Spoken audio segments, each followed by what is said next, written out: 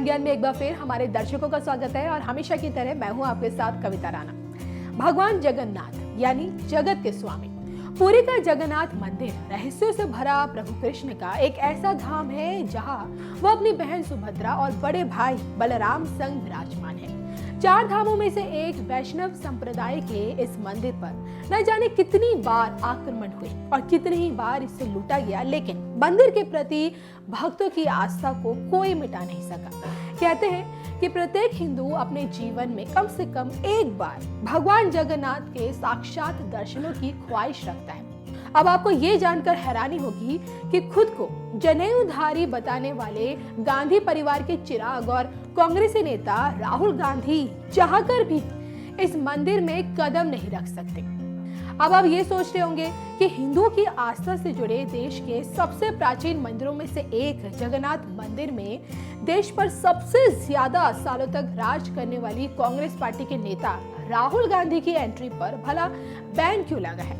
तो इसका जवाब गांधी परिवार के इतिहास में मिलता है। अब देखिए ना, लोकसभा चुनाव को जीतने की जद्दोजहद में पीएम मोदी की तरह राहुल गांधी भी मंदिर मंदिर गए, खुद को जनेऊधारी ब्राह्मण बताने से भी नहीं चुके, तो वहीं केदारनाथ धाम से लेकर मानसरोवर यात्रा पर गए, लेकिन जगन्नाथ मंदिर में जाने की हिम्मत नहीं जुटा पाए और ना ही उन्होंने ऐसी कोई कोशिश की। और वो इसलिए क्योंकि जगन्नाथपुरी में उनका प्रवेश वर्जित है।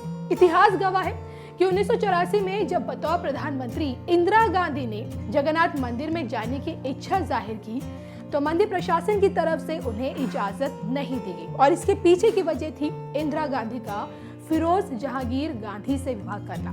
दरअसल जगन्नाथ मंदिर के सिंह द्वार पर लगे एक साइन बोर्ड में बड़े बड़े अक्षरों में लिखा है, केवल रूढ़िवादी हिंदुओं को ही प्रवेश की अनुमति।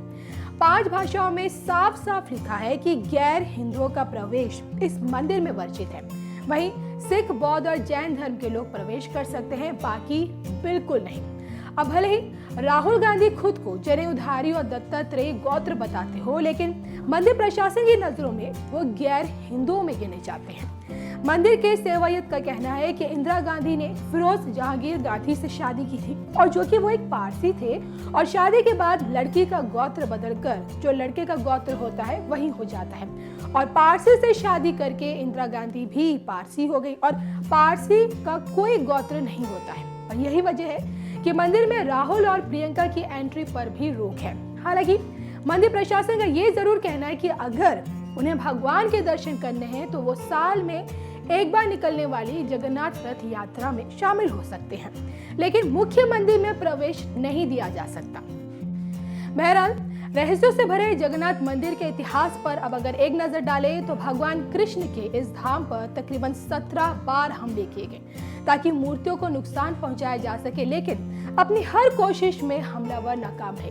कितनी ही बार मंदिर के पुजारियों को मंदिर में स्थापित मूर्तियों को छुपाना पड़ा और एक बार तो मूर्तियों को गुप्त रूप से हैदराबाद में भी छुपाना पड़ा। और देखिए आज की तारीख में भगवान जगन्नाथ, उनकी बहन सुभद्रा और भाई बलराम की मूर्तियां मंदिर में ही स्थापित है।